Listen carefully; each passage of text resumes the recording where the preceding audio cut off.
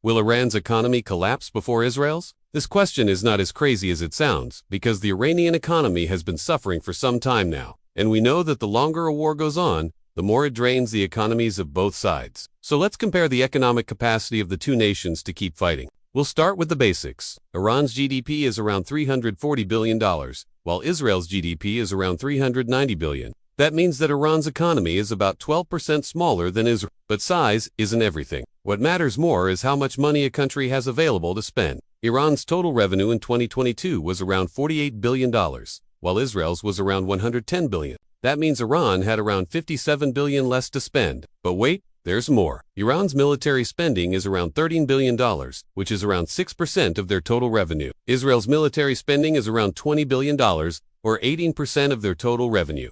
You can see where this is going. Israel has a larger economy and spends a higher percentage of that economy on its military. But let's look at the total amount of weapons each country has. Iran has around 325,000 active military personnel and around 1.3 million in reserve. They also have around 320,000 members of their paramilitary forces. Their total military expenditure in 2022 was around $62 billion, which is around 130% of their total revenue. By the way, this number includes all military and paramilitary forces. Israel, on the other hand, has around 200,000 active military personnel and around 400,000 in reserve. Their total military expenditure in 2022 was around $74 billion, which is around 67% of their total revenue. What this means is that despite having a smaller economy, Iran spends a lot more of its money on its military than Israel does. But the Iranian economy is already suffering from years of sanctions. The war has caused the price of oil to rise, which means that Iran is earning more money from its oil exports. But this is unlikely to offset the increased cost of the war. The Iranian government is already spending more money than it earns, and the war is likely to make things worse.